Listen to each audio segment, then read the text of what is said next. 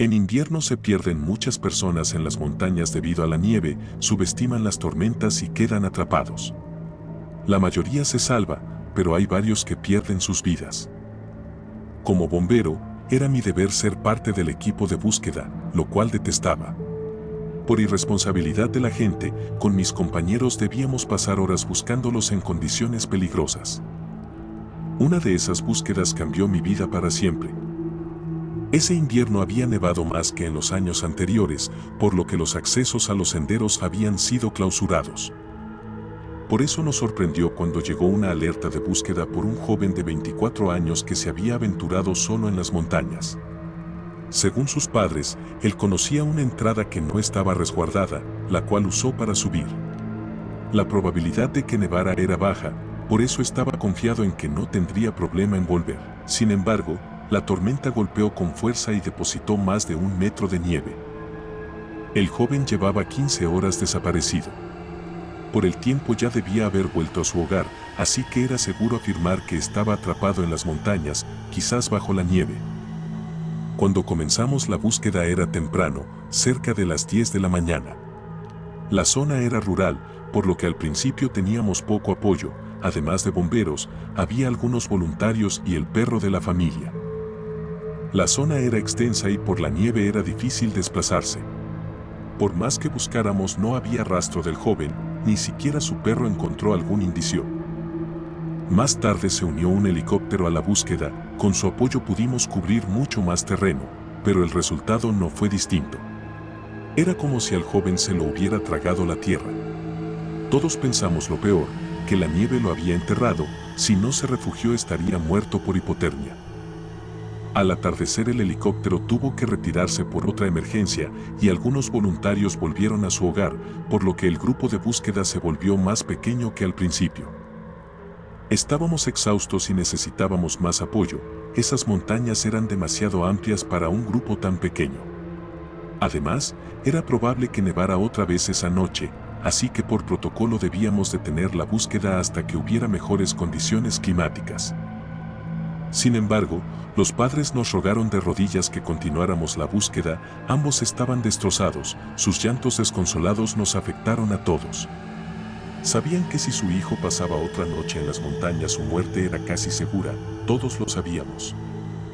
Como capitán, cayó en mí la responsabilidad de tomar la decisión. En mi interior odié al joven por su insensatez, pero también me impulsaba mi sentido del deber al tener la posibilidad de salvar una vida. Al final fui en contra del protocolo y ordené que continuáramos la búsqueda, aunque con la condición de que apenas comenzara a nevar nos retiraríamos. Los padres nos agradecieron efusivamente. Jamás debí tomar esa decisión. Nos dividimos en grupos para cubrir las rutas alternativas que el joven pudo tomar. Yo fui acompañado con 2 de mis amigos bomberos, Manuel y Jorge, los cuales dijeron que entendían mis razones para continuar la búsqueda, pero a la vez me cuestionaron por no detenerla. Me había dejado llevar por mis sentimientos. Yo los tranquilicé diciendo que todo estaría bien y que confiaran en mí.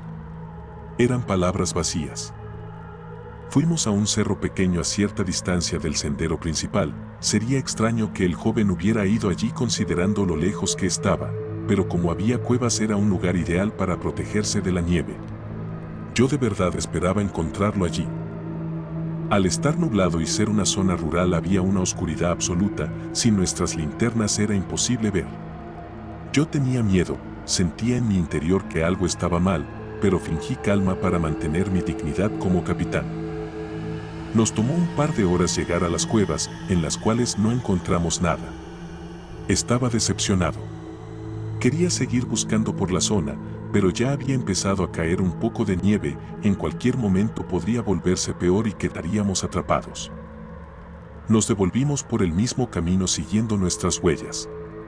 Avanzamos un par de minutos sin problemas hasta que de pronto Jorge se detuvo de golpe, apuntó con su linterna hacia adelante y hacia atrás siguiendo nuestras huellas para mostrarnos algo. El cansancio, el frío, la nieve cayendo, nuestra atención puesta en los alrededores, todo nos había distraído al punto de que no nos dimos cuenta de que algo estaba mal. El rastro de huellas que íbamos siguiendo era de 4 personas y nosotros éramos 3. Nos miramos desconcertados tratando de encontrar alguna explicación. No era posible que estuviéramos siguiendo el rastro de alguien más, pero eso implicaría que había otra persona con nosotros, lo que no tenía sentido. Manuel dijo que era posible que el joven estuviera siguiendo nuestro rastro, sonaba razonable. Pero al observar el rastro de huellas que dejamos al regresar nos dimos cuenta de que también había 4 pares. Alguien más estaba allí con nosotros, caminando a nuestro lado. Gritamos y buscamos en todas direcciones, pero no encontramos a nadie. Jorge temblaba de miedo, Manuel estaba inquieto y yo trataba de mantener la compostura. Nos quedamos en silencio mirándonos entre nosotros, no sabíamos qué hacer. Jorge dijo que había algo en aquellas montañas, algo peligroso que no pertenecía a este mundo. Manuel lo hizo callar, le dijo que no hablara estupideces. Yo intenté calmarlos, pero estaban demasiado alterados. Comenzó a nevar con fuerza, lo que nos hizo reaccionar e ignorar las huellas. Mis compañeros me preguntaron a mí qué debíamos hacer. Como capitán me correspondía la decisión. Nos tomaría 2 horas salir de las montañas, si la tormenta continuaba podríamos quedar atrapados, por lo que decidí que nos refugiáramos en las cuevas hasta que el clima mejorara. Manuel y Jorge no estaban de acuerdo con mi decisión, las huellas adicionales los habían asustado. Yo compartía su sentimiento, pero me pareció más importante protegernos de un peligro tangible como el de la tormenta de nieve que de algo extraño que ni siquiera sabíamos si era real. Elegimos una cueva pequeña, de unos 10 metros de largo, nos protegería del frío y a la vez nos permitiría observar el exterior. Nos sentamos en el suelo y apoyamos nuestras espaldas en la pared.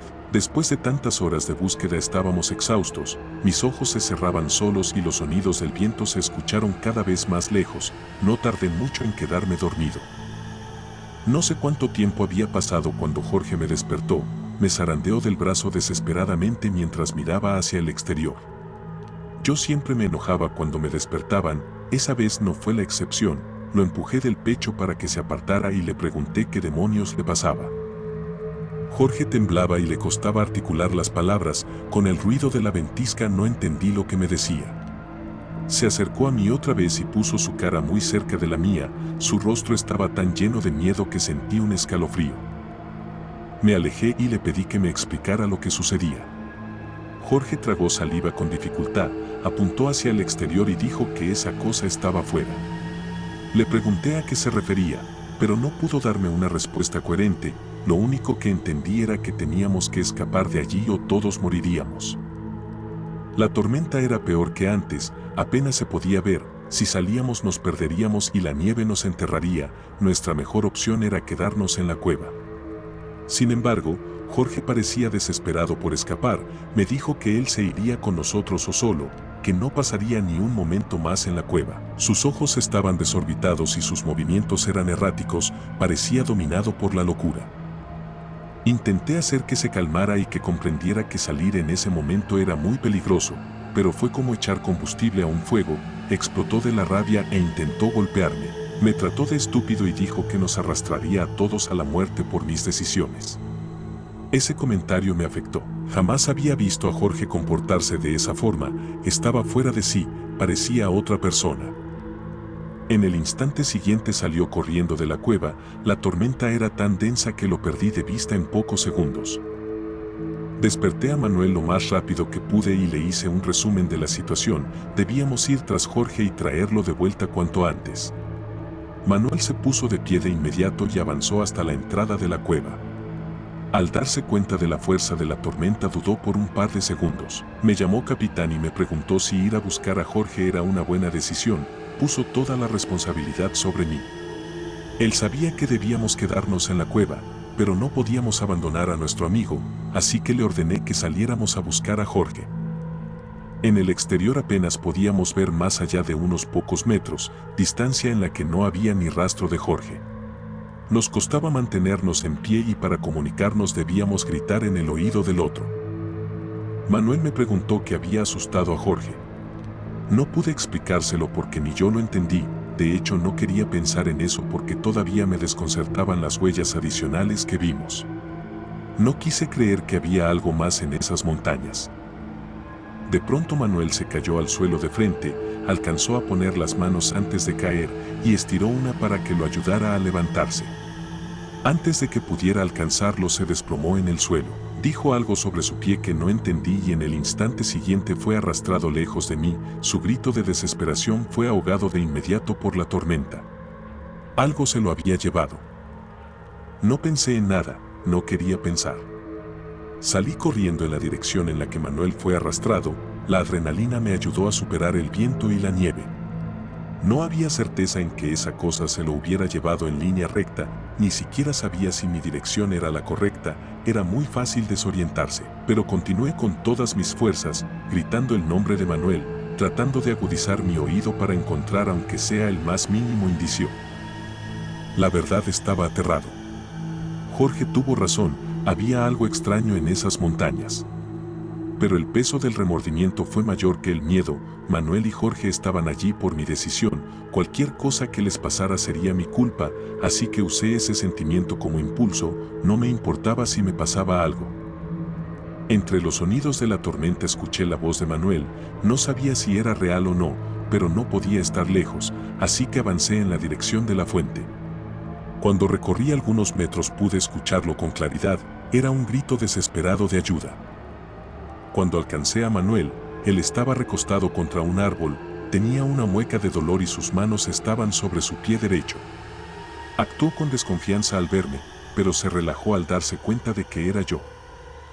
Manuel sintió que algo con una fuerza descomunal lo agarró del tobillo y lo arrastró muchos metros, intentó liberarse, pero sus esfuerzos fueron inútiles. Ni siquiera pudo ver bien a la criatura, solo distinguió una silueta negra oculta por la tormenta. Por alguna razón, la criatura lo estrelló contra un árbol y se marchó. Su tobillo sangraba en varias partes, como si una garra se lo hubiera destrozado. Era imposible que caminara así, y si el sangrado continuaba podría morir, por eso a Manuel no le importó gritar por ayuda. Llevé a Manuel de vuelta a la cueva y lo ayudé a detener el sangrado. Me quité la polera térmica y se la amarré en el tobillo, no era mucho, pero era lo mejor que podía hacer. Estaba pálido y débil, necesitaba atención pronto. También estaba preocupado por Jorge, quería ir a buscarlo, pero no podía dejar a Manuel solo. Así que con pesar me quedé en la cueva, esperando que Jorge estuviera a salvo de la tormenta y de aquella criatura. Algunas horas después la tormenta desapareció y escuché un helicóptero, con las pocas fuerzas que me quedaban salía a hacer señas para que nos rescataran. Nos llevaron a ambos a un hospital. Manuel estuvo cerca de la muerte por la pérdida de sangre y la hipotermia, yo también me vi afectado por el frío y me dejaron hospitalizado.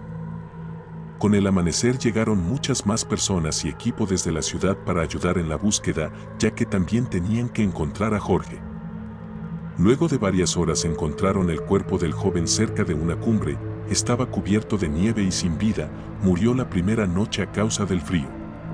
Según lo que me dijeron, tenía unas marcas extrañas en el cuerpo, similares a la que la criatura le hizo a Manuel, pero como la causa de muerte fue la hipotermia, lo pasaron por alto. La búsqueda de Jorge duró varios días más, pero no pudieron encontrar ni siquiera un rastro de él. Luego de 2 semanas desistieron. Todos estábamos desconcertados, era imposible que no se encontraran ni siquiera sus restos. Manuel afirmó que había algo extraño en las montañas, que lo había atacado y que eso debió hacer desaparecer a Jorge, pero sonaba tan inverosímil que no lo tomaron en serio, ni siquiera al ver la herida en su pierna. Al final fui degradado por ordenar la búsqueda en contra del protocolo y fui demandado por la familia de Jorge porque querían que pagara por su muerte. En el juicio fui absuelto de los cargos, pero la culpa por la desaparición de Jorge no me dejó seguir como bombero y renuncié. Manuel quedó con secuelas en su pierna, cojearía de por vida, por lo que también renunció. Le hicieron un funeral simbólico a Jorge, allí le pedí disculpas desde el fondo de mi corazón, aunque la familia me echó de allí. Manuel me defendió y ambos nos fuimos a beber para lidiar con la tristeza. Manuel me dijo que no me culpaba por su pierna, cuando esa criatura lo atrapó pensó que moriría, así que estaba feliz de seguir con vida, aunque no quería seguir viviendo en ese lugar. Poco después se marchó.